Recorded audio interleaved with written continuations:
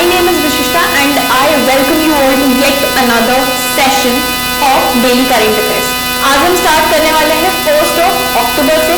1 अक्टूबर को क्या क्या हुआ है हम सब जानते हैं। बहुत ही इंटरेस्टिंग चीजें हुई हैं और क्योंकि हम एक दिन कवर कर रहे हैं तो बहुत छोटी सी चीजें भी हुई हैं। स्टार्टिंग में हमारे जो प्राइम मिनिस्टर हैं मोदी जी, उन्होंने फाउंडेशन स्टोन ले डाउन किया है। बेसिकली वहां पे ये चीज डेवलप की जा रही है, तो फाउंडेशन स्टोन पहले इनॉग्रेशन के तौर पे ले डाउन किया जाता है। कहां पर? दाहोद में। किस चीज का? एफएम रेडियो स्टेशन का या एफएम रिले स्टेशन का। जैसे कि आप यहाँ पे देख सकते हैं, ये जो दाहोद में आकाशवाणी का स्टेशन बनाया जा रहा है, एफएम स्टेशन जो रेडियो हम सुनते हैं एफएम, उसका स्टेशन बनाया जा रहा है। वो कौन से स्टेट में बनाया जा रहा है? It is being made in Gujarat. ये कुछ 55 किलोमीटर के रेडियस का एरिया कवर करेगा और मोस्टली उस एरिया में जो सारी की सारी लोकेलिटी आती है ना, वो ट्राइबल लोगों की है। वहाँ ट्राइबल पॉपुलेशन काफी हद तक बसी हुई है और कनेक्टिविटी के नाम पर उतनी ज्यादा नहीं है। इस एफएम रेडियो के स्टार्ट होने से, इस इनिशिएटिव से बेसिकली क्या होगा? एक तो कल्चरल कनेक्टिविटी बढ़ेगी, आपस में वो कल्चरली कनेक्ट हो पाएंगे। और दूसरी बहुत ही इंपॉर्टेंट चीज, कोई भी न्यूज, कोई भी समाचार, कोई भी इंपॉर्टेंट चीज जब पहुंचानी होती है ना, तो पहले जमाने में तो रेडियो पर बहुत ज्यादा रिलाई करते थे। अब टीवी वगैरह भी आ गई है, बट स्टिल ऐसे पिछड़े एरियाज में रेडियो की कनेक्टिविटी भी बहुत ज्यादा इंपॉर्टेंट है कल्चरल कनेक्टिविटी के पॉइंट ऑफ व्यू से। और कोई न्यूज, कोई डिजास्टर, किसी भी टाइप की कोई खबर पहुंचानी हो, उसके लिए भी कनेक्टिविटी ये प्रोवाइड करेगा। ठीक है, कौन से एरिया में इसको बनाया जा रहा है? दाहोद के एरिया में। मोस्टली वो ट्राइबल एरिया है। कौन से स्टेट में आता है ये एरिया? ये आता है गुजरात में। कुछ 100 किलोवाट का एफएम रिले स्टेशन ये बनाया जा रहा है। बहुत ही हैवी एफएम रेडियो स्टेशन ये कहलाएगा।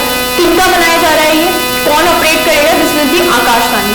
आकाशवाणी जो है वो ऑफिशियली एक तरीके से हम बोल सकते हैं गवर्नमेंट की जो प्रसार भारती होती है उनकी ऑफिशियल न्यूज प्रोवाइडर। मतलब अगर आकाशवाणी में आप कुछ सुनते हैं ना, तो बेसिकली वो एज ए गवर्नमेंट के ही स्पोक्स पर्सन के तौर पे आपको बता रहे होते हैं। तो it's a very very very important. पहले जमाने में हर न्यूज, हर खबर, हर चीज आकाशवाणी से ही पता चलती थी।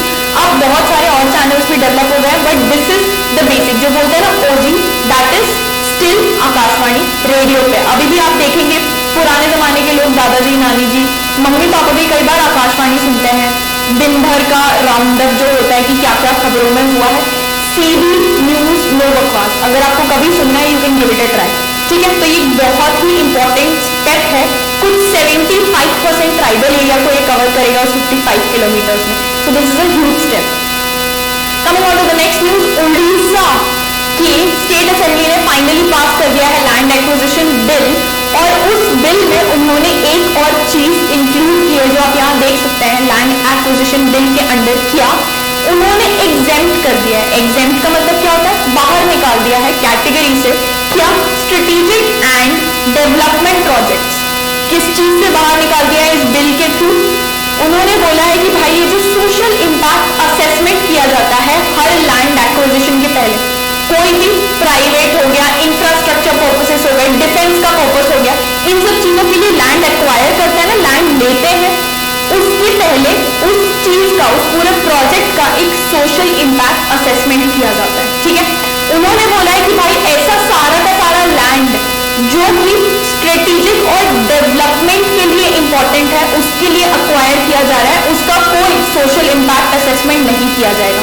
सोशल इंपैक्ट असेसमेंट का एक बहुत छोटा सा एग्जांपल देखें तो बेसिकली आप मान लो कहीं तो बहुत बड़ी सी डिफेंस से रिलेटेड कोई फैक्ट्री डलनी है, ठीक है, या कोई प्राइवेट इंफ्रास्ट्रक्चर है, हॉस्पिटल डेवलप करना है बहुत बड़े एरिया में, कैंपस ही है, वहां ऑलरेडी लोग रह रहे हैं।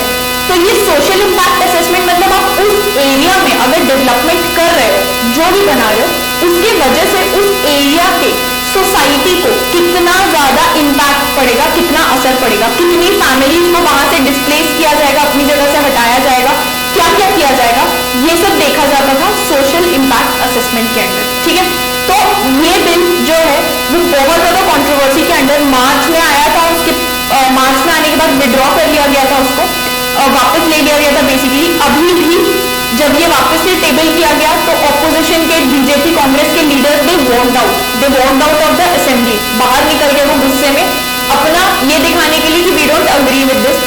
उसके बाद भी स्टिल इस बिल को लाया गया है। I want you all to tell me what do you think कि इसका हमको पॉजिटिव या प्रोज ज्यादा होंगे या कॉन्स, नेगेटिव चीजें, नेगेटिव इम्पैक्ट ज्यादा होंगी इस बिल के कारण। और क्योंकि अब सोशल इम्पैक्ट असेसमेंट नहीं किया जाएगा तो उसके कारण हमको नुकसान ज्यादा होगा या फायदा ज्यादा होगा। अच्छा, उड़ीसा इकलौता ऐसा स्टेट नहीं है जिन्होंने ऐसा किया है। कर्नाटका, महाराष्ट्र जैसे और भी स्टेट्स है जहां पे इस तरीके के लॉज ऑलरेडी एग्जिस्ट करते हैं। तो Orissa is neither the first and I don't think it is going to be the last state to do so. फिर भी आपको क्वेश्चन आ सकता है कि फिलहाल में किस स्टेट ने इस तरीके का बिल पास किया है जिसमें से एग्जेम्प्ट कर दिया है स्ट्रेटेजिक एंड डेवलपमेंट पर्पसेस के लिए जो लैंड एक्वायर किया जा रहा है उसको। ठीक है, coming on to the next news, very interesting. Uttar Pradesh is finally 100% ODF plus coverage. ODF open defecation free. कुछ साल पहले तक हम बहुत ज्यादा बड़ी प्रॉब्लम से जूझ रहे थे। आपने अगर ये सीरीज देखी हो panchayat, I think first season उसका, जिसमें जीतू भैया है, बहुत अच्छी सीरीज है, नहीं देखी है तो you can give it a try.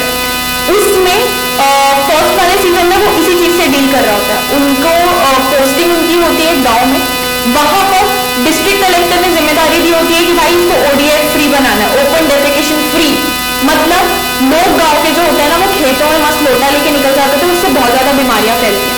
But उनकी भी गलती नहीं क्योंकि उनके घरों में टॉयलेट ही नहीं थे, तो कहाँ जाएंगे, है ना। तो ODF बनाना मतलब हर गांव में, हर घर में टॉयलेट पहुंचाना, फंक्शनल टॉयलेट। तो वो ऑब्वियसली बाहर नहीं जाएंगे। तो उस सीरीज में भी इस मैटर के ऊपर बहुत बड़ा कवरेज था क्योंकि ये मैटर इंडिया में बहुत ही बड़ा था। अब फिर भी हम बहुत हद तक डील कर चुके हैं, इतनी बड़ी प्रॉब्लम नहीं एग्जिस्ट करती है।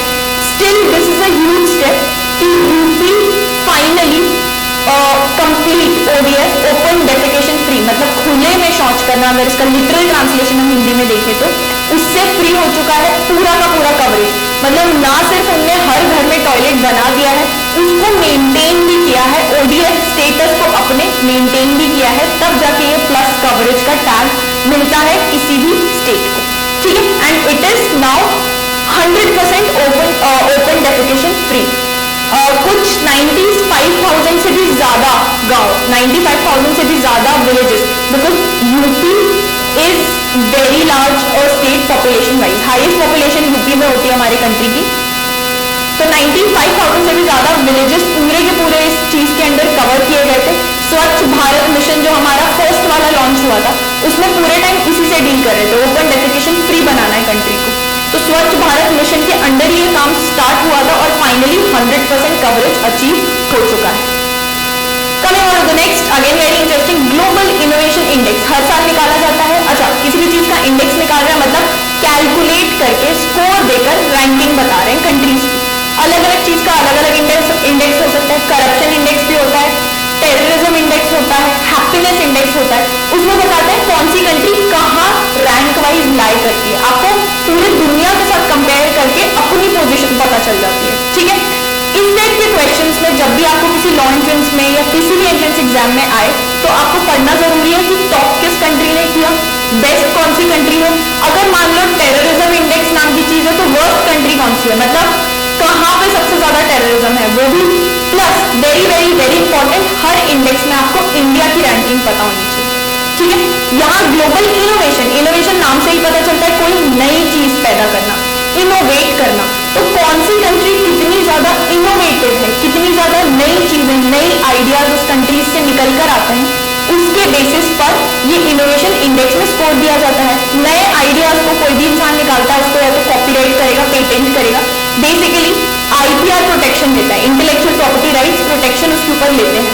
तो मोस्टली ये जो स्कोर दिया जाता है ना, ये IPR प्रोटेक्शन के नाम पे दिया जाता है। मतलब किस कंट्री में कितना ज्यादा इस साल के अंदर पेटेंट्स हुए हैं, कितने कॉपीराइट्स हुए हैं, ऑल दीज चीजें, मोस्टली पेटेंट्स डिस्कवरीज होती है क्योंकि उनको देखते हुए फिर ये ग्लोबल इनोवेशन इंडेक्स। क्योंकि आप इनोवेशन कैसे देखोगे, कैसे जांचोगे, कैसे देखोगे कि भाई किसी जगह पे कोई नई चीज पैदा की जा रही है, इसी के थ्रू ना कि कोई इंसान नई चीज इन्वेंट कर रहा है तो उसके ऊपर प्रोटेक्शन लेगा।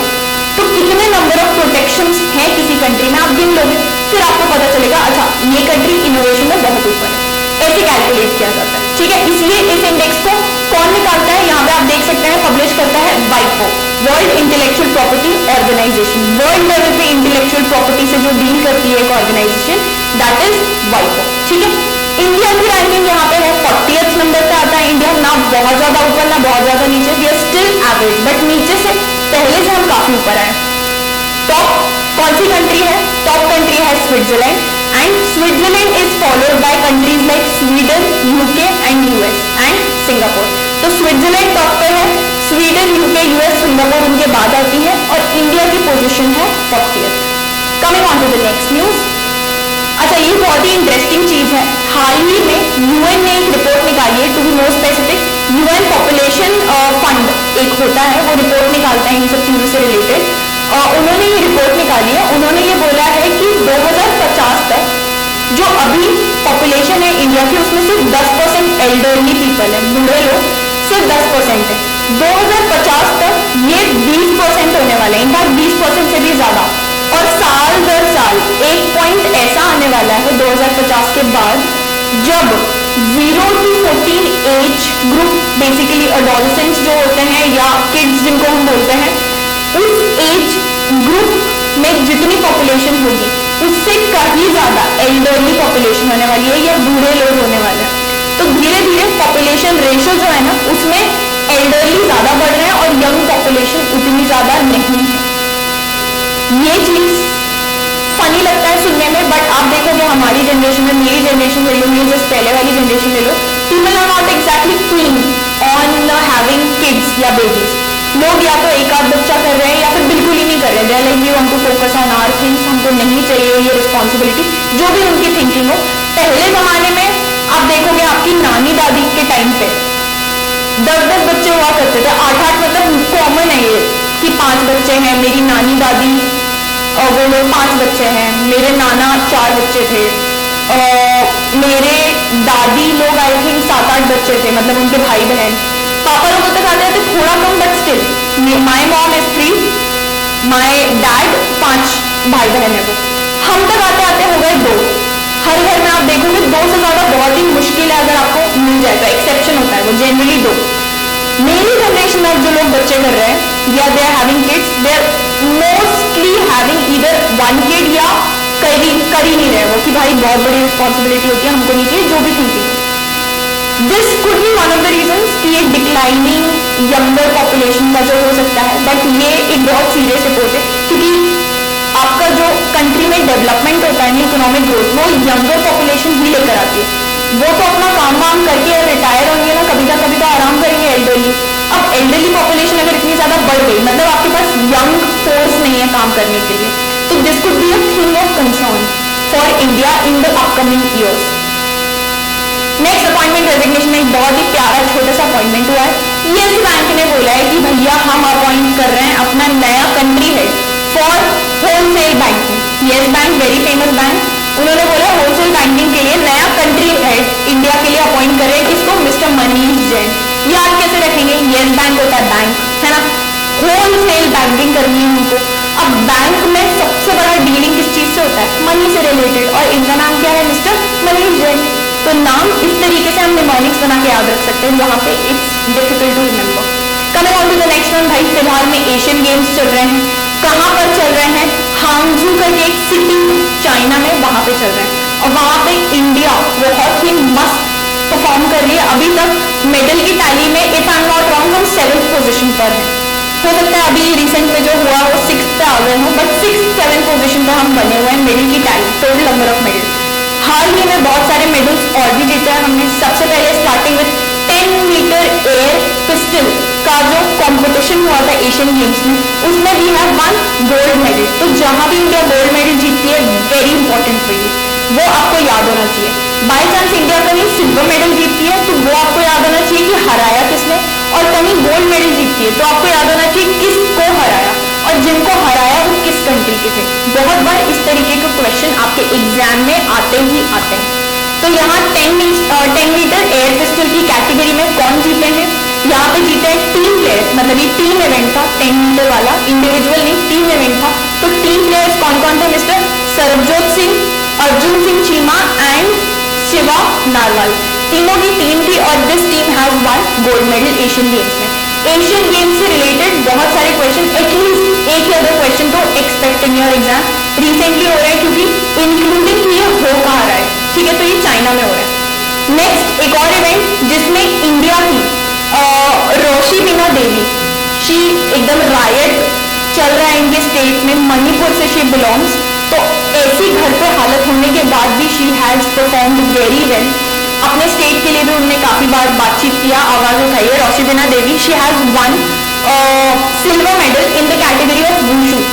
तो ये जो विमेन 60 kg कैटेगरी होती है wushu, wushu is a form of martial art. Martial arts different form के होते हैं, उनमें से एक वुशु है। तो विमेन्स की 60 kg की कैटेगरी में she has won. She belongs to which state in India? She belongs to Manipur. And last but not the least, mixed doubles की कैटेगरी में, मिक्स डबल्स मतलब एक मेल एक फीमेल टीम बना के साथ में खेलते हैं। मिक्स डबल्स की कैटेगरी में Rohan Bopanna very famous and Rutuja Bhosale, उन्होंने हराया है चाइनीज डुओ को। तो आपसे इनका नाम भी पूछा जा सकता है। इनका नाम है the first one, again mixed male एक फीमेल, इनका नाम है Ensu Liang and Tsung Hao Huang. If my pronunciation is not wrong but I don't think, काफी ज्यादा मैं शोज वगैरह देखती हूँ तो सही होना चाहिए। तो एनशु Liang and Tsung Hao Huang, ठीक है, इन दोनों को हराया। तो आपसे पूछा जा सकता है किनको हराया, और जिनको हराया वो किस कंट्री में से बिलोंग करते हैं, किस कैटेगरी में हराया है इनको, गोल्ड जीत के इनको हराया गया है। ठीक है, तो आपको जो जीते हैं उनका नाम भी याद रहना चाहिए, जिनको हराया है उनका नाम भी याद रहना चाहिए, और किस चीज में हराया उसको भी याद रखना है। Asian games very very very important this year. Question एक आप मान लो आपके पेपर में छपा ही हुआ है। अच्छा, एल्डरली पीपल की हमने बात की, उसी से हम याद रखते हैं 1 अक्टूबर को बोला जाता है international day of older persons. किस चीज के लिए भाई? अवेयरनेस फैलाने के लिए सोसाइटी में कि हमारे जो एल्डर्स हैं, हमारे जो बड़े बुजुर्ग हैं, वो भी डिजर्व करते हैं रिस्पेक्ट, उनकी भी केयर होनी चाहिए। इतना टाइम का जो we should basically value them. इस चीज की अवेयरनेस लोगों के बीच में फैलाने के लिए 1 अक्टूबर को बोला गया है कि it is international day of older persons. अब जरूरी नहीं है हर दिन का कोई ना कोई थीम हो, लेकिन कुछ कुछ दिनों का जिनका थीम होता है वो आपको याद रखना बहुत इंपॉर्टेंट है। एग्जाम पॉइंट ऑफ व्यू से सीधा थीम पूछ लिया जाता है। यहाँ पे जैसे कि थीम है, थीम क्या है? Fulfilling the promises of universal declaration of human rights for older persons across generation. Human rights जैसे सब डिजर्व करते हैं, universal declaration of human rights sign किया था कंट्रीज ने, वैसे ही उसमें ओल्डर पर्सन्स की जो ह्यूमन राइट्स है उसको भी प्रिजर्व करना, उसका भी ध्यान रखना जरूरी है। ये इस बार का थीम है। 1 October very easy to remember, international day of older persons. ठीक है, and guys this was all for current affairs जो 1 अक्टूबर को हुआ है। नेक्स्ट सेशन में we are going to deal with 2nd और 3rd को क्या क्या हुआ है, पूरा डील करके हम पढ़ेंगे। इस तरीके से आप अगर पूरे ये सेशंस लगा लोगे, आपको पता भी नहीं चलेगा कब आपका पूरे मंथ का करंट अफेयर्स का कंपेंडियम कवर हो जाएगा, and it will be no hassle at all. ज्यादातर टाइम करंट अफेयर्स से डर भी लगता है, बट धीरे धीरे करके अगर आप छोटे छोटे चंक्स में खाओ ना तो चबाना आसान होता है, बजाय एक साथ एकदम ठूस के चबाने में मेहनत कर रहे हैं फिर उसको मुटकना और मुश्किल हो रहा है। कोई भी चीज छोटे छोटे चंक्स में करो, भले ही उससे कितना भी डर लगता हो, it becomes very very very easy, trust me on this. ठीक है, तो धीरे धीरे छोटा छोटा करके उठा उठा के करते जाएंगे, और करंट अफेयर्स कब हमारा खत्म हो जाएगा हमको पता भी नहीं चलेगा। I will see you guys again in the next session, जिसमें हम 2nd और 3rd अक्टूबर से डील करेंगे। सी या, बाय बाय।